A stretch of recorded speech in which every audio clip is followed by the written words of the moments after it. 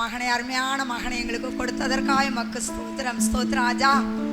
49 வருடங்களா என் தேவன் உம்முடைய கண்மணி போல பாதுகாத்து வந்த தயவுக்காக உமக்கு கோடான கோடி நன்றி வழிகளை ஏறெடுக்கிறோம் ஆண்டவரே. கர்த்தாவே, இந்த மகனை உம்முடைய கரத்திலே ஒப்பு கொடுக்கிறோம் ஆண்டவரே. ஆவியானவர் பழுகி பெருக செய்வேன் என்று சொன்னீரே, பழுகி பெருக செய்வீராக. உலகத்திற்கு, தேசத்திற்கு இந்த மகனை எடுத்து பயன்படுத்துவீராக. தேவக்கரம் மகனோடு கூட இருந்து ஆசீர்வதிப்பீராக.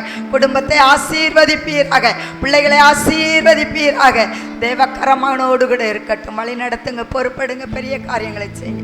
இயேசுவின் மூலம் ஜெபிக்கிறோம் நல்ல பிதாவே, ஆமென்.